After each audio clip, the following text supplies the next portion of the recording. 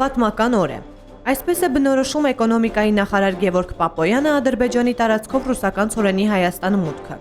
Առաջիկայում մեր երկիր կժամանի նաև ղազախական ծագման ցորենը, որը դեռ Ադրբեջանի տարածքում է։ Ընդհանուր առմամբ ռուսական 1000 տոննա ցորենով բեռնված 15 վագոն է Հայաստան ժամանել։ Նախնական ինչ որ հայտարարվել է, որ ցորենը ղազախական ավելի էժան է, քան ռուսականն է, բայց փաստացի ոչ մի տվյալ չի բերվել, որպեսզի գոնե պատկերացնենք ինչքանով է էժան, ինչքան տնտեսական օգուտ կարող է Հայաստանը ունենալ։ Տպավորությունը այնպեսին է, որ ուղղակի այդ առաքումը անում են, որպեսզի ցույց տան, որ ապաշրջափակումը սկսել է։ Ռուսաստանի Դաշնության փոխվարչապետ Օվերչուկը հայտարարել է, թե սա Ռուսաստանի, Հայաստանի եւ Ադրբեջանի ղեկավարների կողմից ձեռք բերված համաձայնությունների անմիջական արդյունքն է։ Սրանի հակառակ Հայաստանի կառավարությունը պաշտոնական հաղորդագրությամբ շեշտում է. սա Վաշինգտոնում ձեռք բերված պայմանավորվածությունների գործնական իրականացումներից մեկն է։